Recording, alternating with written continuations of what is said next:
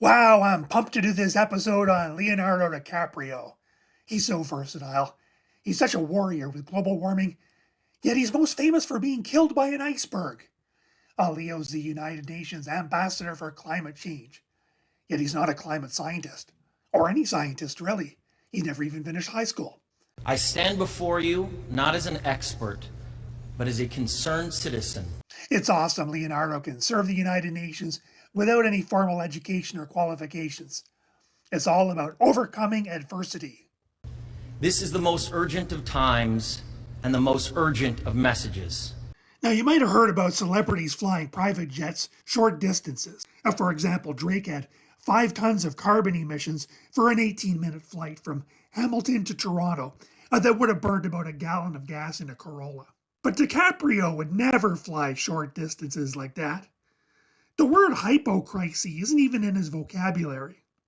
He only uses private jets for longer trips, like 6 trips in 6 weeks between LA and New York. That's way more than 18 minutes. Or 12,000 miles spread out over 2 weeks.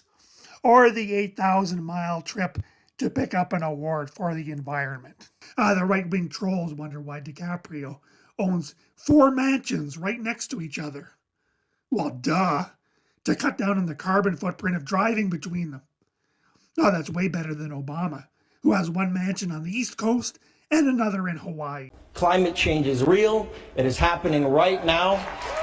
It is the most urgent threat facing our entire species. Leo is taking the threat seriously by cutting his own carbon emissions. His latest yacht vacations have been on the $150 million Vava 2, which at 97 meters is much smaller than the $400 million Rising Sun he borrowed from David Geffen, or the $527 million Topaz he used to borrow from oil sheik Mansour bin Zayed Al Nahyan. The small one has a gas tank for 115,000 gallons of diesel and emits 238 kilograms of CO2 per mile. So DiCaprio has reduced emissions by about 1/3 compared to the big yacht. Now that deserves an award. The far right unfairly criticizes Leonardo for jets and yachts, but Leo rents them. He doesn't own any of them. He's following the World Economic Forum's idea that you will own nothing and be happy. The Topaz yacht was big news in 2014 when DiCaprio did a party cruise to Brazil for the World Cup soccer before delivering a speech about ocean conservation. Leo has been known to spar with Brazilians for cutting down Amazon forests for grazing land. This is a huge issue because once we eliminate fossil fuels, we're going to need those rainforests for a place to put our new wind turbines.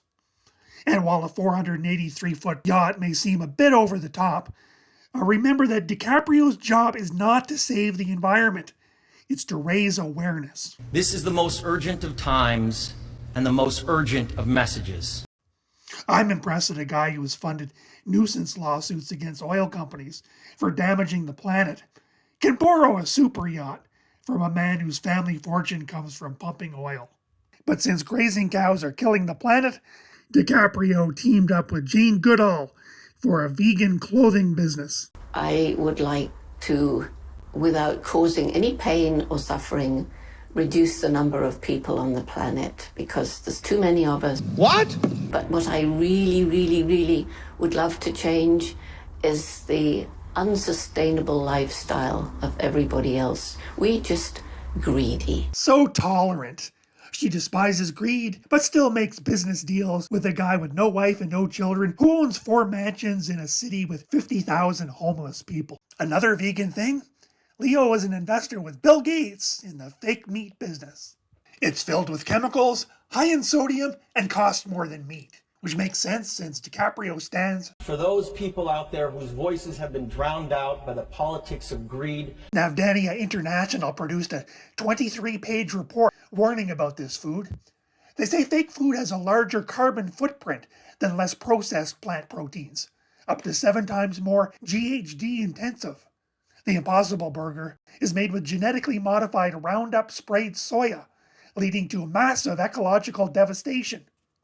Total levels of glyphosate were 11.3 parts per billion, when only 0.1 parts per billion can destroy gut bacteria, damage liver and kidneys, cause reproductive abnormalities, or even tumor. Then there's environmental damage, like polluting groundwater.